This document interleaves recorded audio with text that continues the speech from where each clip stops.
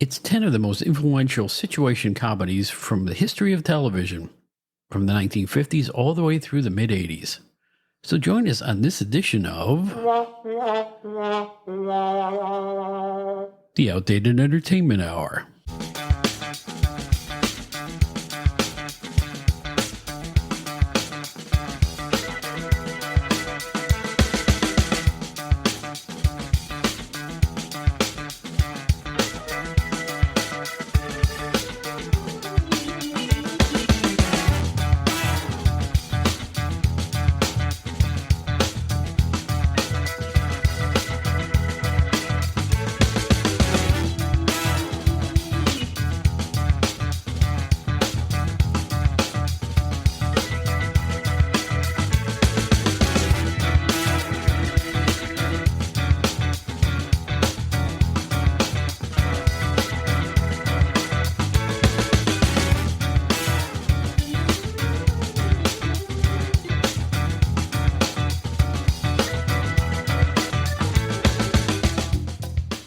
Hello, everybody. My name is Bob Smith, and welcome back once again to the Outdated Entertainment Hour. We're so glad you're back.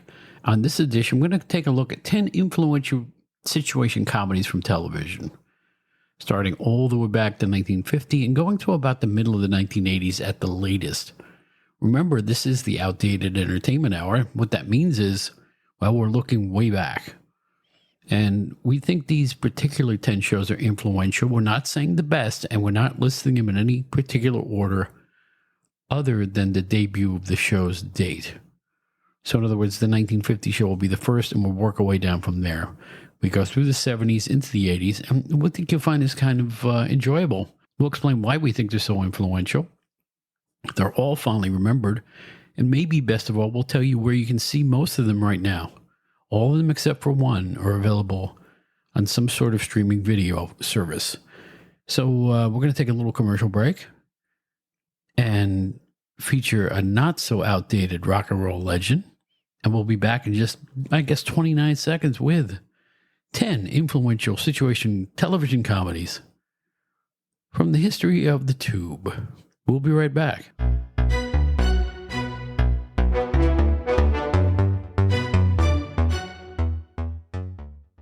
This is Joe Walsh. One thing I do when I'm not playing rock and roll is get on the air as an amateur radio operator. Also called ham radio, is a communication service provided by ordinary people just like you and me. We have a national emergency communication system in place 24/7, 365. Find out more about amateur radio at arrl.org/What is ham radio? See you on the air.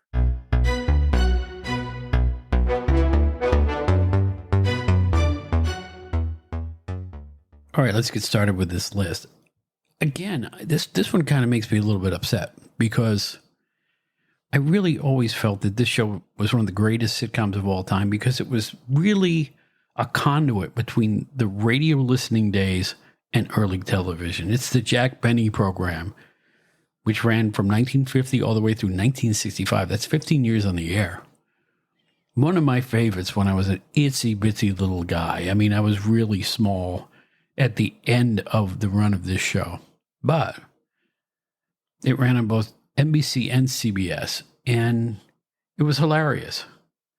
Again, they took the format of the old radio Jack Benny program, they called it.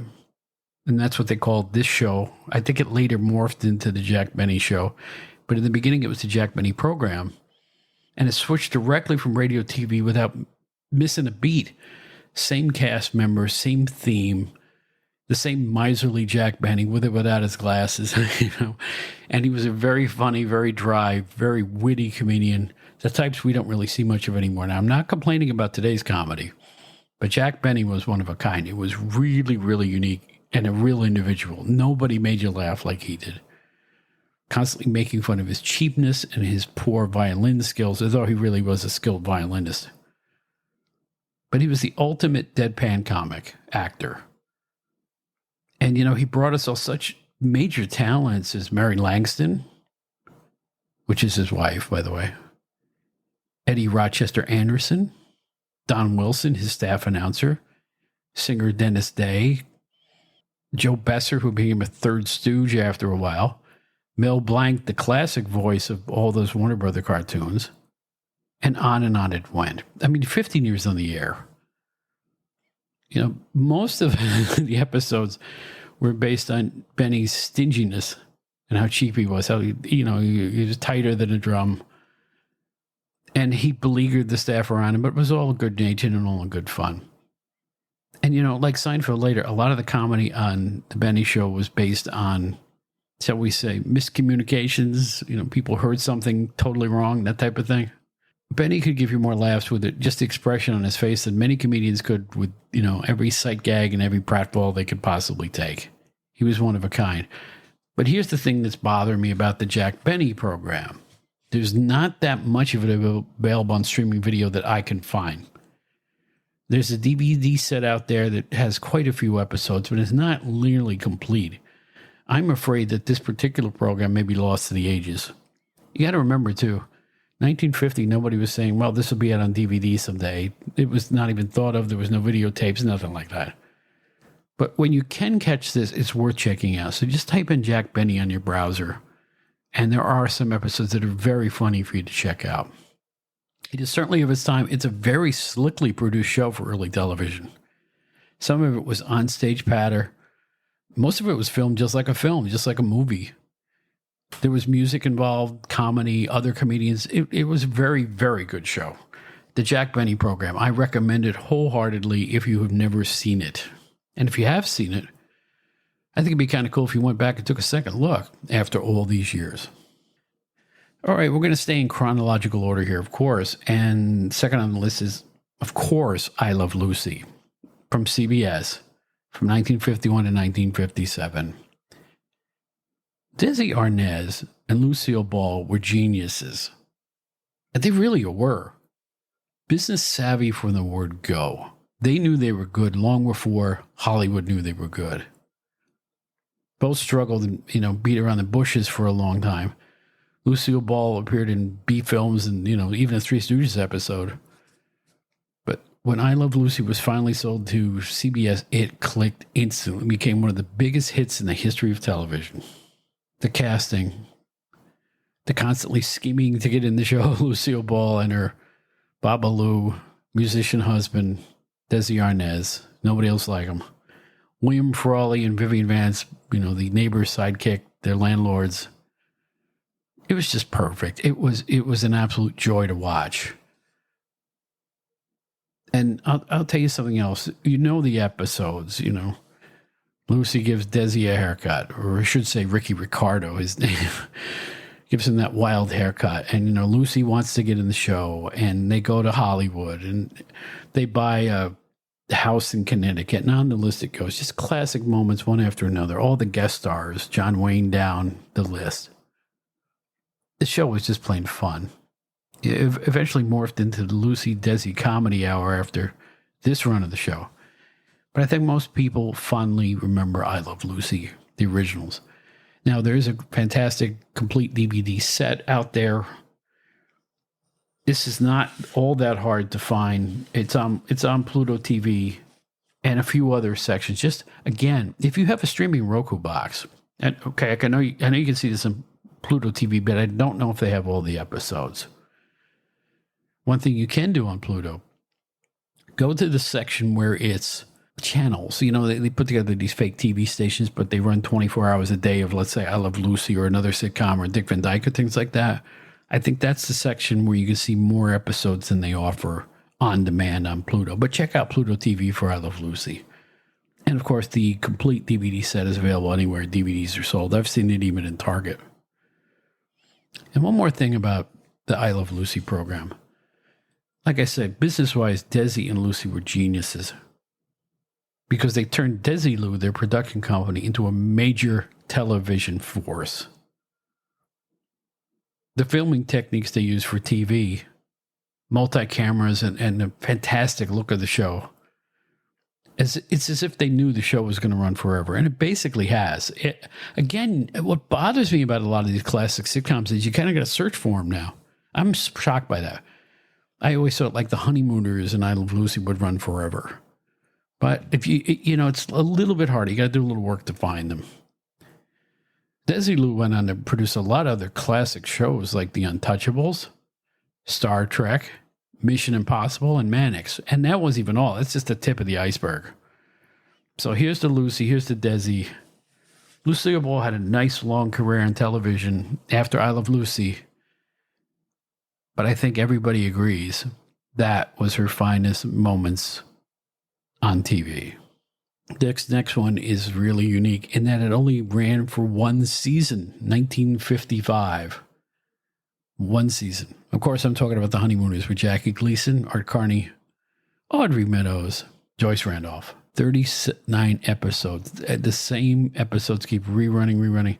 It's been on Channel 11 in New York City probably since it first began as a rerun property. It's gone away for little bits of time, but it's there now. It's still on Channel 11. It's still worth seeking out if you can find it on your streaming or cable services. It's still around.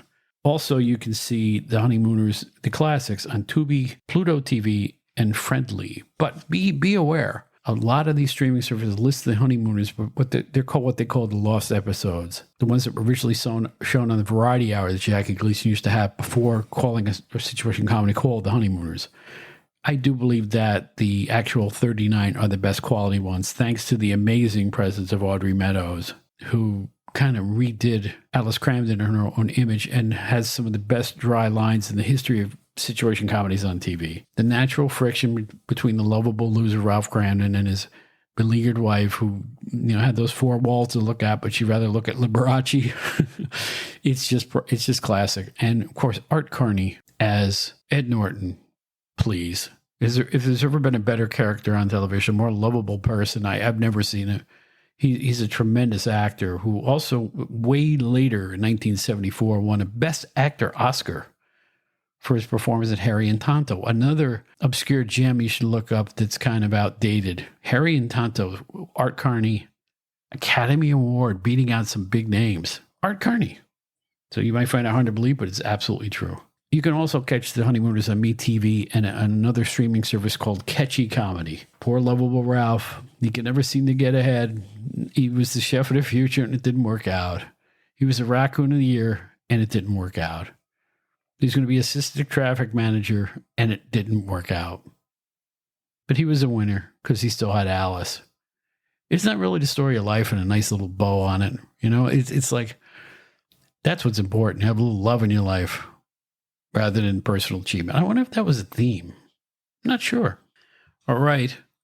1970 brings us The Odd Couple on ABC, starring Jack Klugman and Tony Randall, Oscar and Felix. The ultimate Oscar and Felix. Jack Lemmon and Walter Matthau were great in the feature film. I think that was 1968. I'm not looking up as I'm reading this, but in any event, they are the ultimate. Klugman and Randall, the ultimate Oscar and Felix. Just fantastic, natural. They're so good together you could barely recognize them as actors. It's like you had a way to check out these guys personally. Absolutely incredible. Just incredible performances that won both of them Emmy Awards at different times. About as good a leading duo on a sitcom as you will ever see. And you could see the entire series on Pluto TV. The whole shebang. Beautifully remastered, ready for you to watch free of charge. Again, get yourself a streaming device and watch some great classic television, including The Odd Couple, which is executive producer was Gary Marshall, who after this, and if you do any research on this particular show, it almost seems like they canceled it every season. It ran for 5 years originally, and it was never a huge rating. It never got in the top 33 ever in the 5 years. But when it went into syndication as reruns, it became a massive hit, and it's been played for decades. I mean, the rest of the cast, too. Al Molinaro as Murray. Plenty of appearances by the incredible character actor Richard Stahl. I mean, Monica Evans and Carol Shelley as the Pigeon Sisters. Indelible. Great. And Penny Marshall as Myrna Turner in what I believe was her first national exposure. Just tremendous. The classic Neil Hefti theme song from the original feature film. And the writers. The reason that show was so funny and there was such great repartee, they had astounding writers that passed through there, like, of course, Gary Marshall, but also Mickey Rose, who worked with Woody Allen on many films. and Carl Gottlieb and Lowell Gans. Just on the list goes of great comedy writers who plied their trade on The Odd Couple. And the episodes. They visit Monty Hall and end up on Let's Make a Deal. Oscar has an ulcer. Felix is to blame. Felix goes into the boxing ring. They meet Dr. Melnitz, hilarious Bill Quinn. Oscar meets Howard Cosell. Felix is insomnia and fear of flying, and down the list it goes. Just great stuff. The Odd Couple. Thank goodness you can see it again. And a lot of TV stations do either New Year's Eve or Thanksgiving marathons of the show. It's well worth checking out, and it holds up. It is the program that made me want to move to New York City, and I did. And they were right. I love it here. The Odd Couple. They tried to bring it back a few years ago. It wasn't awful, but it wasn't this. It wasn't Jack Klugman and Tony Randall. All right, now we move along to the next on our list, which is from 1970 to 1977, The Mary Tyler Moore Show on CBS. The first sitcom, and this is important, depicting a single unmarried woman ever on television. Now, I'm wondering if That Girl would be a similar series in that regard, which starred Marlo Thomas and Ted Bessel, but I'm not sure it really fits the mold because they were in a relationship in the show. Mary's in no relationships most of the time during her show, so I'm just going to say that's an accurate description. That she was a single unmarried woman working at the news station in Minneapolis and led to a lot of laughs with a great supporting cast. Of course, she was a comedy veteran by that point, already having worked on the Dick Van Dyke Show for several seasons. You can find The Mary Tyler Moore Show right now on Hulu and Disney+. Of course, like I said, it's set in a newsroom, and what a supporting cast. Ed Asner, Ted Knight, Gavin MacLeod, Valerie Harper, Betty White, Cloris Leachman, John Amos, down the list it goes. And like All in the Family, which we're going to talk about next, there's some serious tones in this show, whether it's workplace discrimination, sexism, sexual relations, the death of coworkers. They looked at everything through the eyes of humor, but there was also some pathos and some very dramatic shows as well. Failed relationships Mary had, go down the list. But I think the show worked best when level-headed Mary was surrounded by the crazy crew in the newsroom. And you have to see Ed Asner in the debut episode, the very first episode. He's fantastic in that. You got Spunk Kid. I hate Spunk.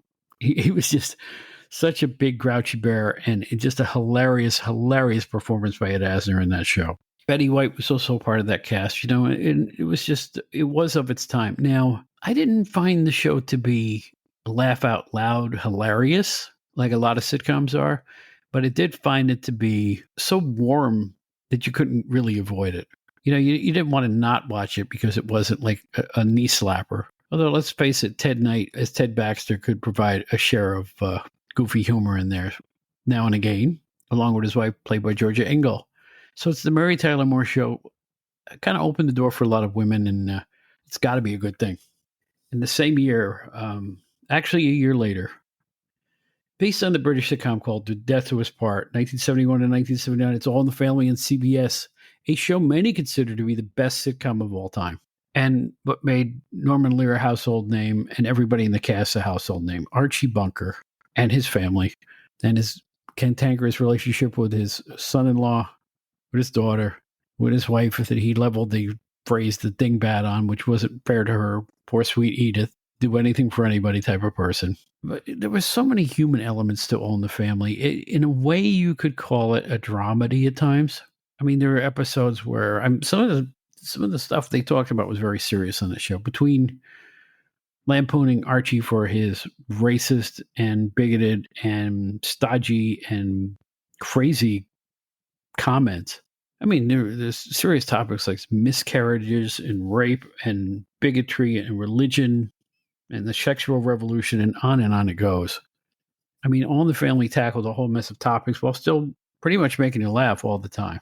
Just tonight, I watched an episode where Archie thought he had botulism, and it was like the Marx Brothers. It was a wild, orgiastic fit to get him to the hospital, and it was exceedingly funny. Great writing on that show. And of course, Carol O'Connor was Archie Bunker. Gene Stapleton was the beloved Edith. Rob Reiner was the meathead, Michael Stivic, and the daughter, Sally Struthers, Gloria. Tremendous casting. They're all legendary just for that. And for Stapleton and O'Connor, what a boon for them. I mean, to be in the number one rated series for many years at that point in their lives is a rarity. You know, they weren't spring chickens at that point, but they captured America's interest, and people loved them despite their flaws, all four of them. It was so popular, the show led to a bunch of spin-offs like Good Times and The Jeffersons and Maude. Just keep going down the list. At one point, All in the Family was number one in the ratings for 5 consecutive seasons. And the spin-offs just kept coming after the show went off. Eventually, in 1979, there was Archie Bunker's Place, which I really didn't care for. That ran for 4 seasons nonetheless. There was Sally Struthers' Gloria, which did not last long, and something called 74 Hauser. You're going to have to explain it to me. Apparently, a black family moved into the Bunker's former house, and that was the theme of that show. It didn't last very long at all. You can see the original All in the Family and most of the episodes on services like Pluto TV, Freevee, Catchy Comedy, and Get TV. Is All in the Family the greatest sitcom ever made? I mean, there's a lot of thought that is the case. There's a lot of people who think that's true. It is an iconic American television series that really caught the entire public's attention and admiration. And CBS had trouble putting the first one on the air. They thought it was going to be too controversial. And they did a lot of controversial things on the show. But they did it in such an even-handed method with a lot of humanity that it made up for any possible claims of exploitation or anything like that. All in the Family was a truly great television series. Why it's buried on the streaming series is, I know this is decades ago these shows were on. But All in the Family is one of the great shows. You don't have to look hard for it, but the fact that you have to look for it all surprises me. It's iconic. Just like The Stars, just like Norman Lear. This one's going to live forever in the hearts and minds of Americans everywhere. I learned from it. I was a kid and a teenager when that show was on, so, I think I learned from that show. And Norman Lear just kept right on going. In 1972 through 1977, it's time for Sanford and Son. Red Fox was the junk dealer of Fred Sanford. Damon Wilson was his beleaguered son, Lamont. Aunt Esther is portrayed by LaWanda Page in a truly classic second banana role. Just fantastic. And on it went. The show was developed by Bud Yorkin and Norman Lear, who worked on All in the Family. And I'll tell you what, Sanford and Son was a major hit for 2 reasons. Well, number one, it was just plain funny. It was laugh out loud appointment TV on Friday nights on NBC. It really was. Everybody I know personally loved Sanford and Son. Everybody from every walk of life. And I think it's important because, African Americans in their own starring roles in television in the 70s. That was important. We had Bill Cosby with his various series then. Red Fox, who made his mark as a stand-up comedian, doing those legendary party records for years. Late in his life, he breaks out as a major star. Who saw that coming, right? So Sanford and Son, for just plain funny, you can't get much better than that. Very influential. Of course, many shows featuring African Americans took the airwaves in the years after that, and very soon after the show.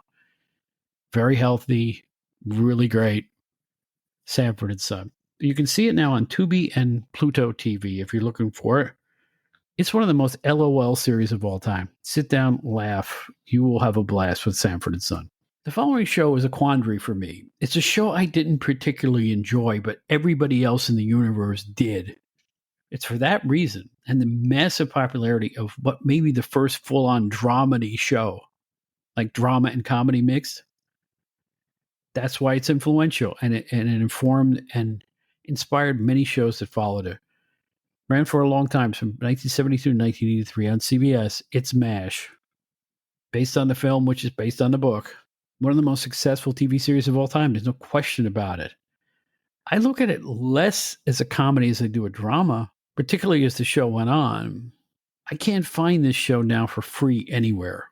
Hulu has it, Disney Plus have it.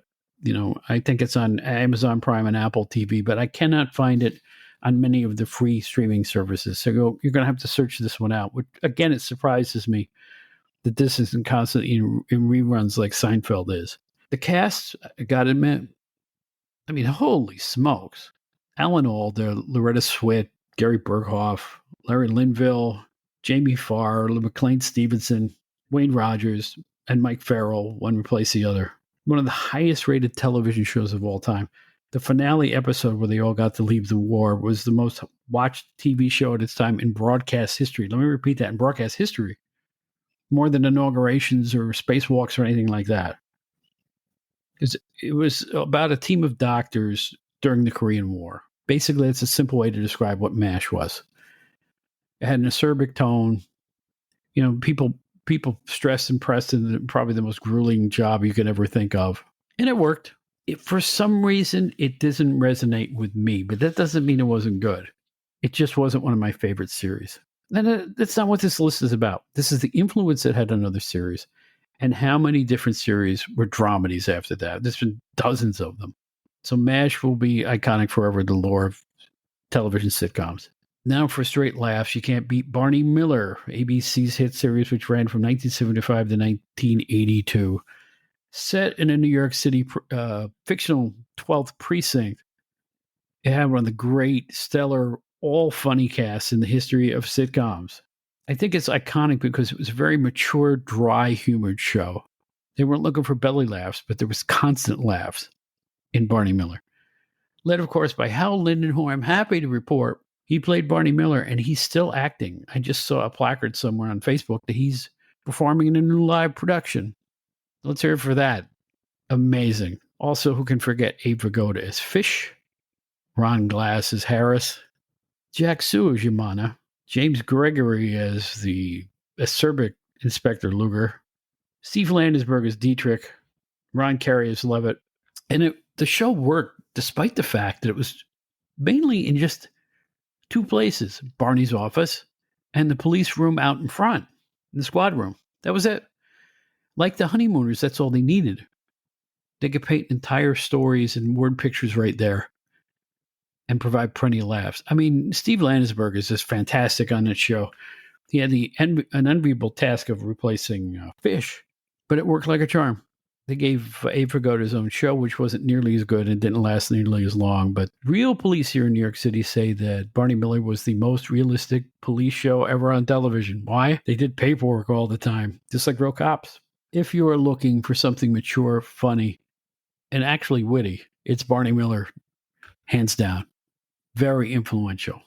And we're going to close out our list now with a show that's kind of forgotten. It's Soap, which ran from 1977 to 1981. It was, it's a mock soap opera with his tongue firmly in his cheek. Outrageous humor from soup to nuts. It may have been the most daring comedy show of its time. And you can find it these days on Tubi streaming service. I mean, the underlying, it's just like a sitcom. There were murders, sexual infidelities, alien invaders, criminals. Well, the list of plot changes went on and on. The cast was indelible. I mean, a young Billy Crystal, right? Richard Mulligan, Katherine Hellman, Robert Guillaume, and more. And it was way ahead of its time. Very satirical, very daring, and a lot of conservatives and blue noses thought it was just too much. Didn't prevent the show from being a hit, and led to the Benson spinoff just a couple of years into its run. It was one of the most controversial TV series of all time. I mean, Billy Crystal played a gay character. Gasp. All seems pretty mild by today's standards, but back in the day, Soap was about as talked about as it got on the gossip pages and in the headlines. It's still very funny and well worth checking out on Tubi. So that's 10 very influential sitcoms. I want to tip my hat to the old days. That's what we're here for. Outdated means classic on this show. And each of these shows is a classic in its own way. Soap, The Odd Couple, The Honeymooners, I Love Lucy, The Jack Benny Program, The Mary Tyler Moore Show, All in the Family, Sanford and Son, MASH, and Barney Miller. I remember being a kid watching all of them, or into my high school years with some of them. Bringing back the memories makes me feel good. As I was preparing for the show, doing a little research, I watched a couple of Jack Benny episodes and I was LOLing. I was laughing out loud. It holds up. Good humor always holds up. What are the sitcoms today? I don't know because I don't watch episodic television anymore. I hate to say this. That's why I'm focusing on nostalgia because I know about stuff from them. I know we've had Modern Family, which some people consider to be a modern classic these days, and Big Bang Theory and stuff like that. But I watched them and I went, meh.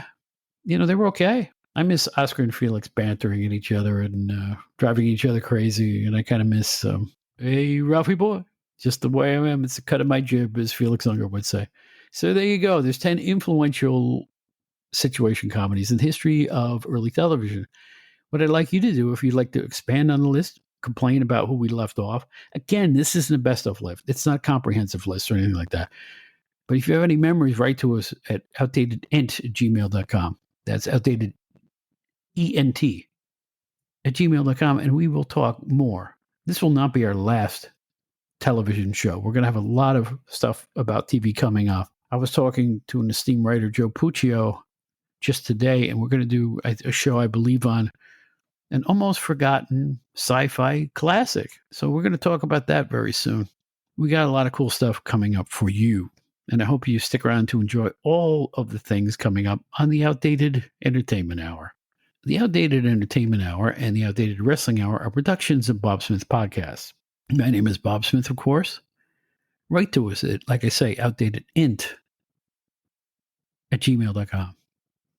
Our website is outdatedentertainment.buzzsprout.com, where you can find all of our shows listed. We will not Patreon you if we continue to do the show into the future. Every show will be there for free to listen to anytime you like. We are available on every podcast app you can think of, with the exception of TuneIn. Don't ask me. And also, we're on YouTube and YouTube Music. If you prefer to partake of your podcast on YouTube, and many people do, I'm finding this out. Actually, that I listen to many podcasts on YouTube myself. It's just, it's there. You put it on your television, you hear it on your good TV speakers or what have you, or your sound bars, or what you may have. So I think we're good with the commercial announcements for now. We hope you enjoyed looking back at television with us. It brings us such good memories. I watched several episodes of a few of these series, and it made me happy. And that's what we're trying to do on this show. Let's look back with fondness and gratitude at the stuff that took the edge off life. To me, when I was a kid in school on Friday nights, there was nothing more fun for me than checking out The Odd Couple. And by the way, The Odd Couple, if you remember, if you go back to when it debuted, it was part of a Neil Simon doubleheader on ABC. There was also a series called Neil Simon's Barefoot in the Park, which only lasted a few episodes. That got canceled, and The Odd Couple survived. Thank goodness it did, because it's a classic now. In my area, on a Long Island TV station, they run it on New Year's Eve every year, a long marathon of The Odd Couple. I will admit that's my favorite TV show of all time, my favorite sitcom anyway. You have one? Let us know what it is. So until next time, my name is Bob Smith. This is the Outdated Entertainment Hour, and please